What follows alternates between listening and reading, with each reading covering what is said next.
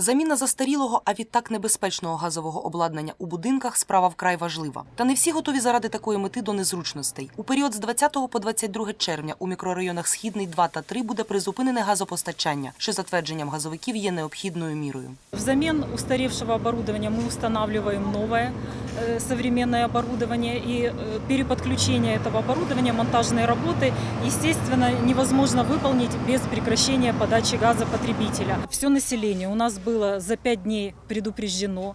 Мы на этих микрорайонах развесили объявления на подъездах и ежедневно проверяли наличие этих объявлений. Мешканці ж підозрюють робітників служби не лише у необґрунтованому довготривалому відключенні газу, а й у спробі таємно встановити централізований газовий лічильник на будинок. Фахівці Криворіжгазу стверджують, встановлення загального пристрою обліку газу на будинок є обов'язковою, законодавчо затвердженою процедурою і фінансується підприємством. Особливо суворо налаштовані громадяни перешкоджали перекриттю природного газу у будинок, інші ж просто голосно обурювалися.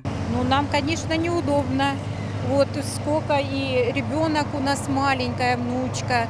И вот утром идем на работу, вот сегодня встали, а приготовить нечего. Все говорят, что какая-то поломка где-то.